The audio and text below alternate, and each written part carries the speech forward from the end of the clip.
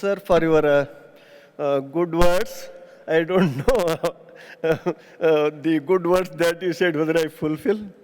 Anyway, the respected chair for my lecture and my very affectionate colleague and friend, Dr. R.K. Trivedi Sahab, Sriyut Bhaskar Raoji, again the doyen in the seed industry, the learned speakers, and Dr. Agarwal, the Registrar General, and my colleagues, and the very distinguished colleagues of mine from the public seed industry, private seed industry, and my most affectionate student friends.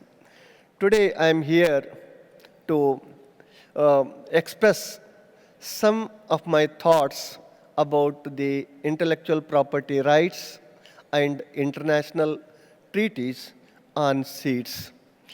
Already, most of my colleagues, maybe even yesterday, day or yesterday and today, they are focusing about the plant genetic resources, and these are the heritage of humankind. And this is the foundation for attaining the food security, nutritional security, and health security. And if these three securities are there, then it is very easy to achieve the economic security, social security, and the political security. For all these things, the plant genetic resources plays an important role. And very interestingly, all the developing countries, most of the developing countries are very rich in plant genetic resources. But the laws, policies will really play a greater role to protect all these things. And today morning, my colleague Sriyut Naidu showed one slide that is how rich the Indian biodiversity is, more than 49,000 the flowering and non-flowering plant species. And from there, we started narrowing and came down to only 3 crop species, rice, wheat, and maize. Wherever I go, usually I show that slide. Then my purpose to show that slide is how the crop diversity is being skewed or narrowed down. And again, within the crop diversity, again, the genetic base is very much narrowed, which is very, very dangerous under unforeseen conditions. That's why now, realizing the importance of the plant genetic resources, because I would like to concentrate more on plant genetic resources rather than the biological diversity, as we are all plant scientists here. Before 1993, all these plant genetic resources used to be exchanged freely. And we thought this is for the mankind.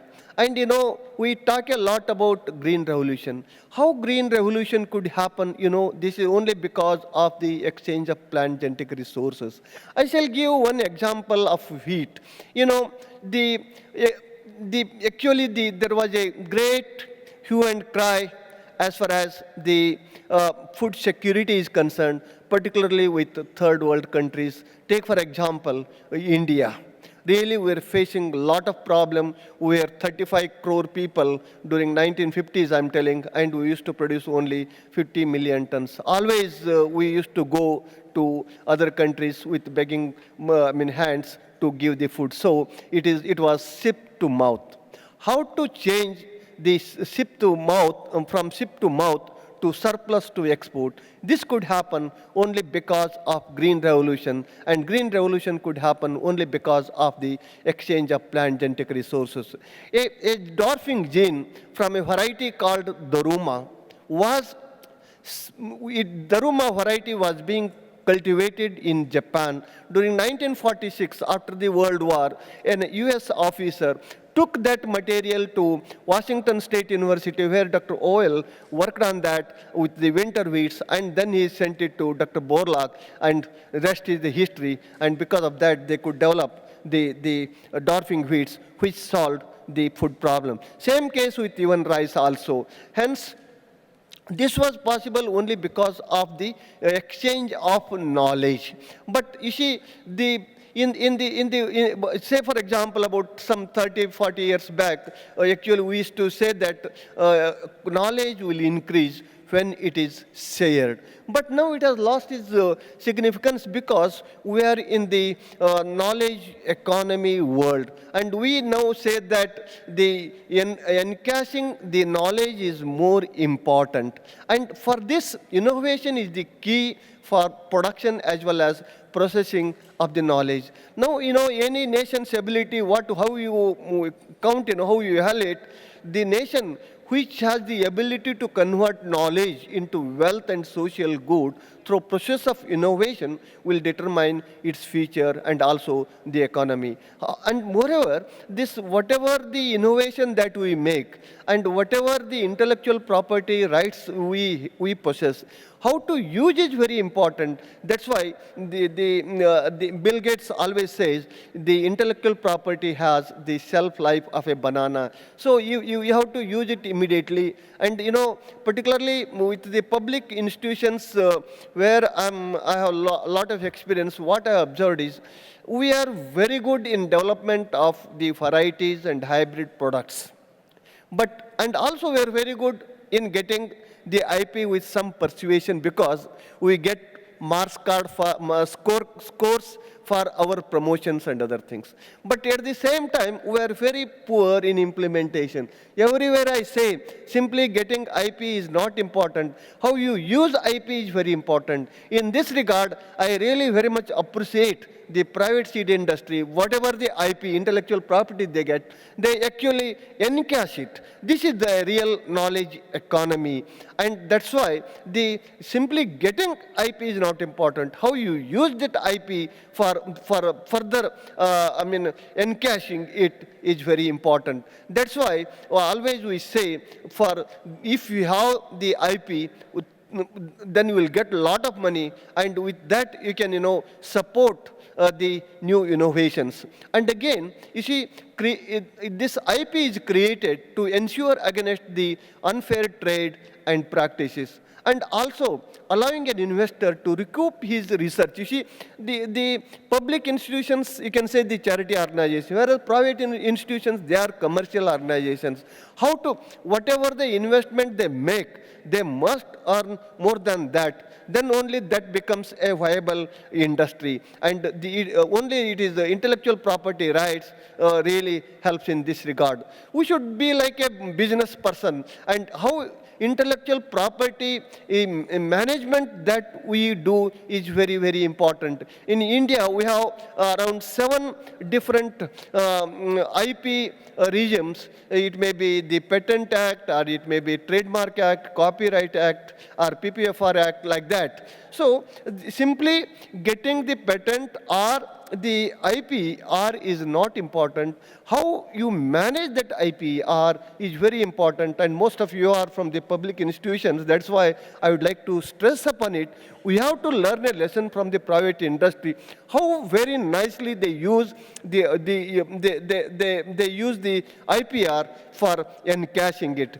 And to how these all intellectual property, the acts and other things come is a very interesting story. Here, the international agreements played a greater role to have the intellectual property rights.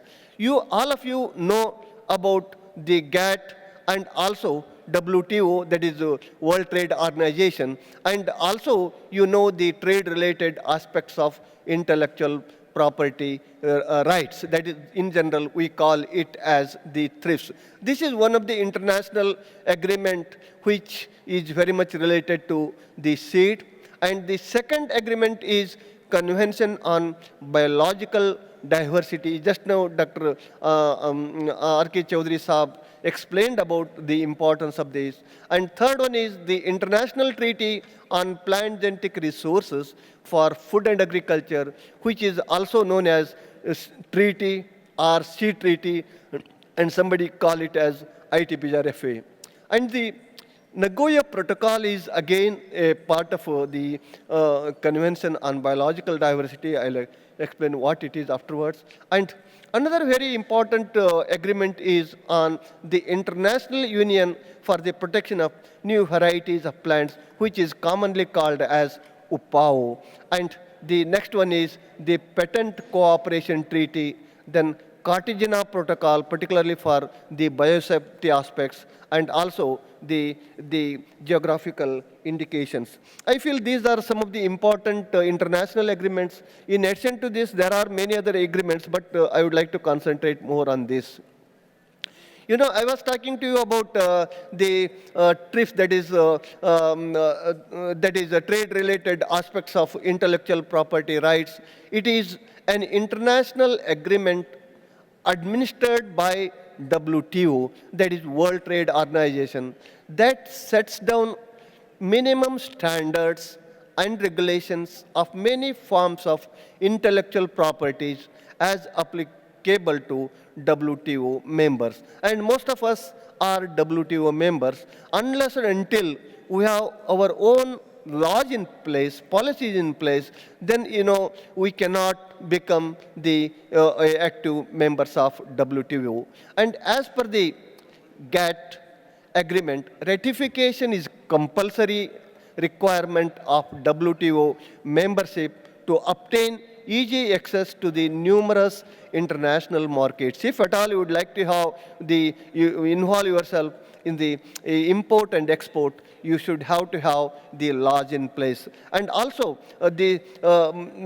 we must enact the strict IP laws mandated by the TRIPS. This is how the WTO member has to do. And because of this strict agreement, then India also started thinking to fulfill the international obligations under Article 27.3b of TRIPS.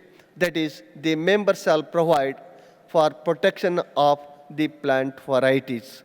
And here, at international scenario, we can patent your varieties either by patents, or you can have the PVP entitlement either by an effective sui generis system, that is, one developed to suit each country's needs and priorities, particularly in biodiversity-rich countries, or the combination thereof. So 3 types of protections, IPs, you can get in the plant varieties.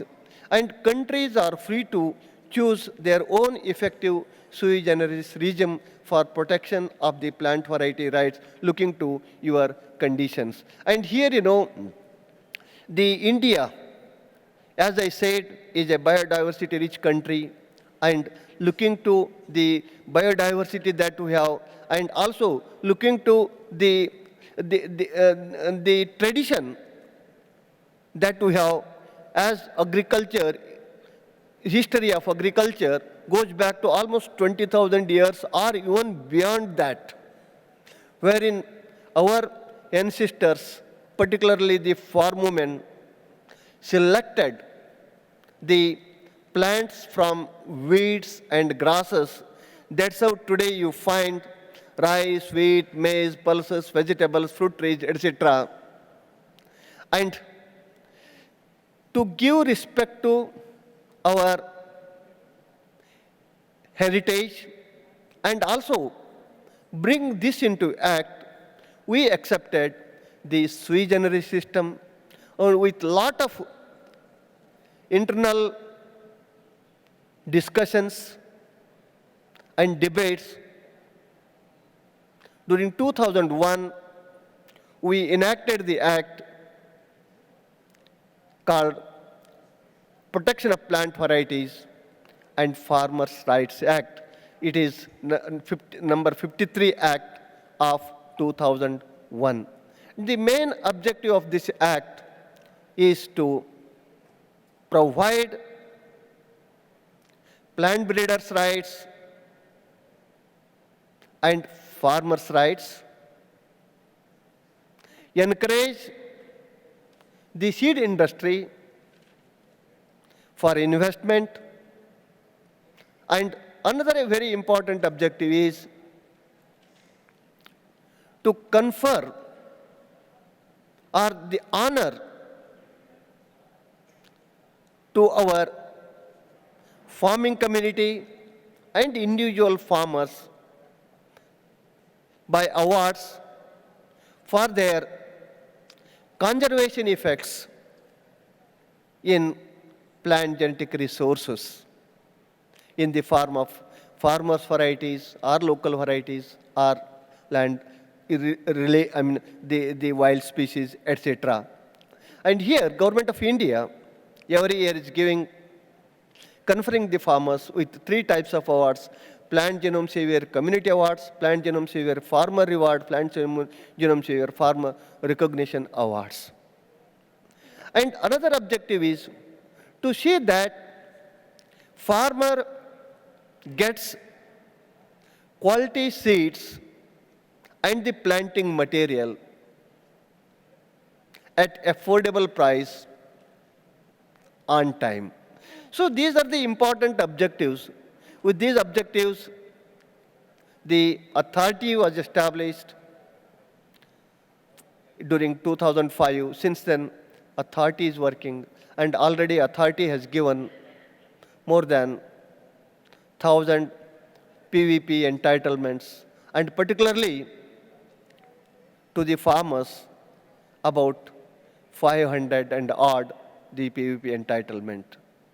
I'm very happy to mention here, our act, when it was enacted, there were a lot of apprehensions about the act. Somebody was telling it is farmer-oriented, and somebody was telling, no, industry is very much neglected here.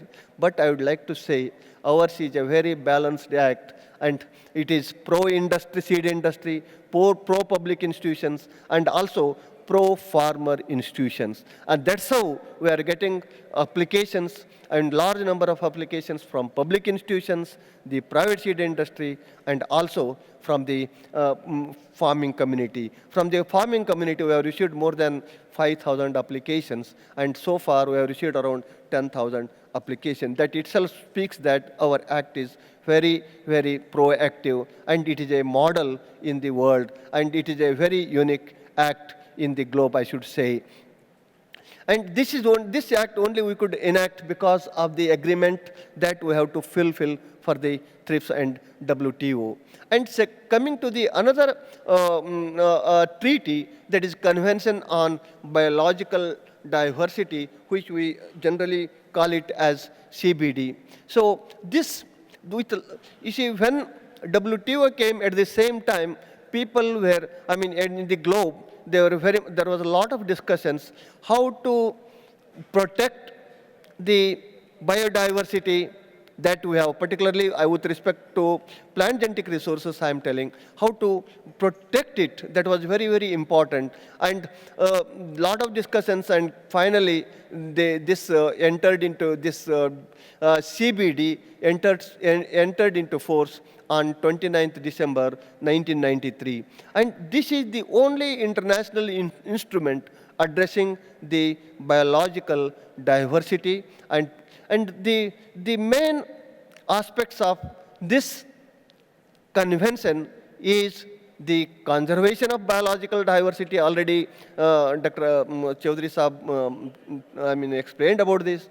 And sustainable use of its components, which is very, very important. You see, simply you have the biodiversity, but if you do not use it properly, sustainable way, then it is of no use. And this is another objective. And third is fair and equitable sharing of benefits arising from the utilization of genetic resources. With these 3 main objectives, this act came into, this treaty came into force. My request to friends, kindly don't talk. Hello, please don't talk. And this also addresses directly the origin, value, rights, and benefits associated with natural resources and development of traditional knowledge.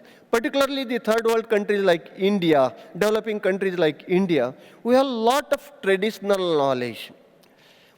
Hands up to our farming community, our ancestors, who had a very innovative mind than us. And whatever the new technology that we are developing, whether in India or elsewhere, it is only because of the traditional knowledge our ancestors had. Just we are adding a little value to it, just like the cosmetic breeding, just we are adding value to it. And if you go back, again, that is the main root cause. That's why the traditional knowledge documentation to me is very, very important.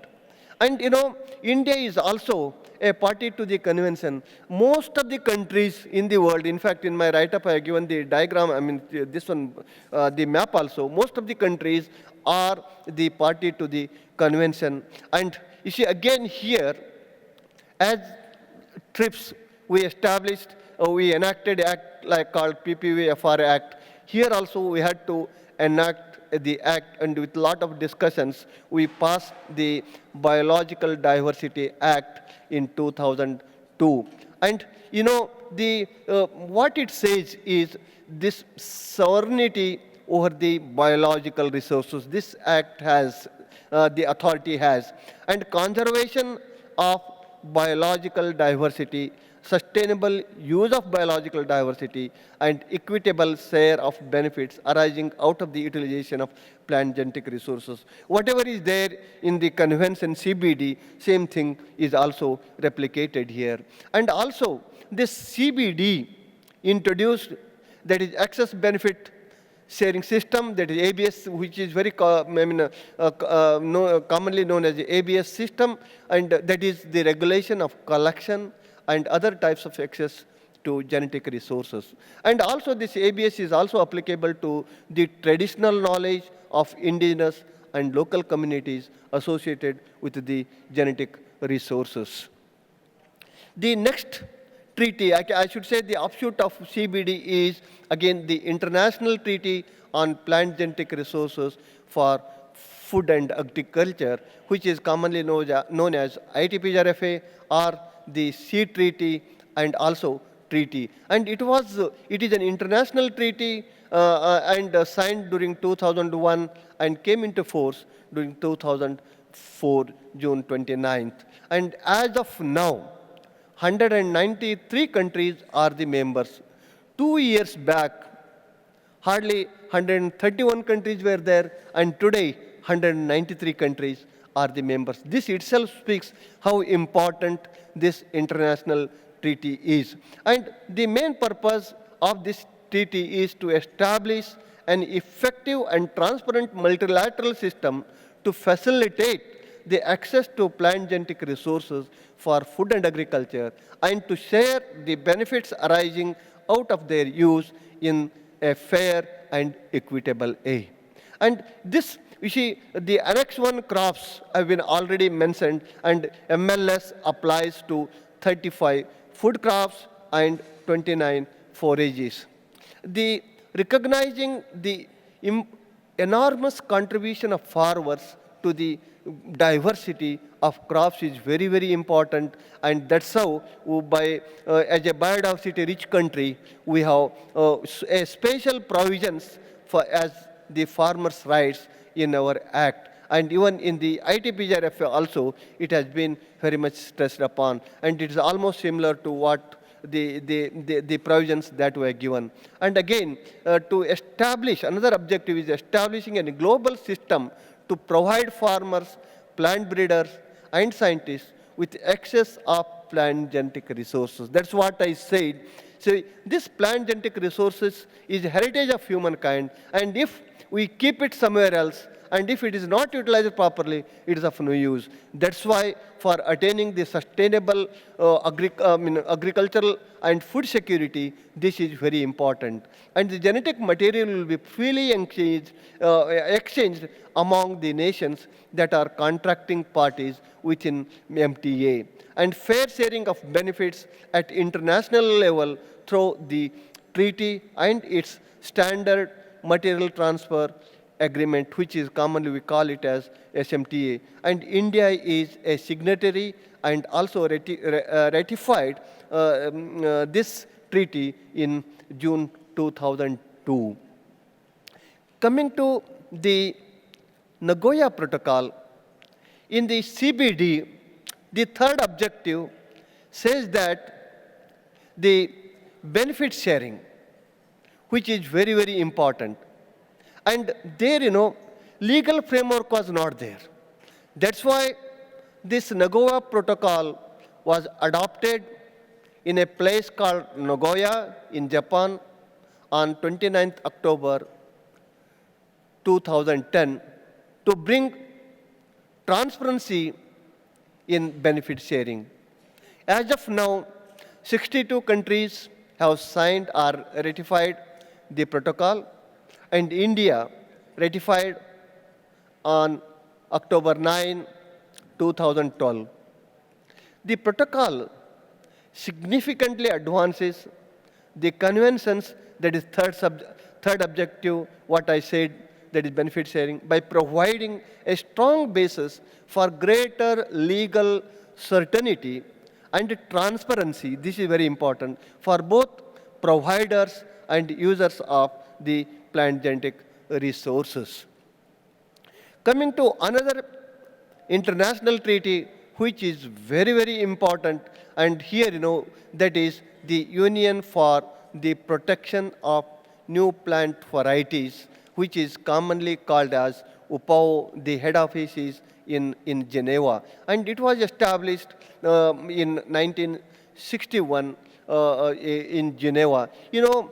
Particularly the European countries, Germany, then the Netherlands, France, etc., they are the founder members, and they were thinking a lot how to protect at international level the plant varieties. That's how that thinking came to a treaty that is called UPAO. And this actually to provide and promote the effective system of plant variety protection, then the breeders' rights. For this purpose, it was established, and also to promote the seed industry worldwide. And it has established the guidelines for the PVP. More than 307 taxas are included, whereas in our act, we have notified 102 cross species, and of course, under 3-4 months, we are going to notify another 10-20. But this UPAO has notified 307 the crop variety, species. And the guidelines are also revised twice during 1972 and 1991. And these UPAO conventions are administered through World Intellectual Property Organization, which is commonly called as WIPO. And the 1978 convention offers protection to farmers to save and sell the seed and propagating material. And in fact, India has applied for this convention, that is 1978 convention. Still, we are kept under observer status. There is a big story. I don't want to tell about that, much about that. And what is the difference between 1978 convention and 1991 convention? This restricts the rights of plant breeders to use the protected varieties in their variety development program. And also, there are some restrictions on the farmers' rights also. As of now, there are 73 members to the members for the UPAO convention, and about more than some 60 countries are in the observer status, and India is one of them, and it can participate in different committees like council, admin, legal committees, then technical committees, then technical working parties, but we don't have power to vote. And that's already I said, list of taxas protected are 307. And another treaty which partly supports, not fully, partly supports our the international treaties on seed are the Patent Cooperation treaty that which is commonly known as PCT. It is an agreement between 140 contracting countries, including India, to facilitate obtaining the patents several countries relatively quickly. Now, for example, if I get the patent here, in other country also, if this patent works, that will be very good. That's how the UPAO was established. And here also, this also to some extent helps and serves to simplify the patenting process in foreign countries. And PCT was concluded in 1970, amended in 1979, and again modified in 1984 and 2000. And it facilitates the availability of technical information in member countries for the patent search and evaluation, which will help to have a convention status with other countries or to promote our products in other countries by getting their IP.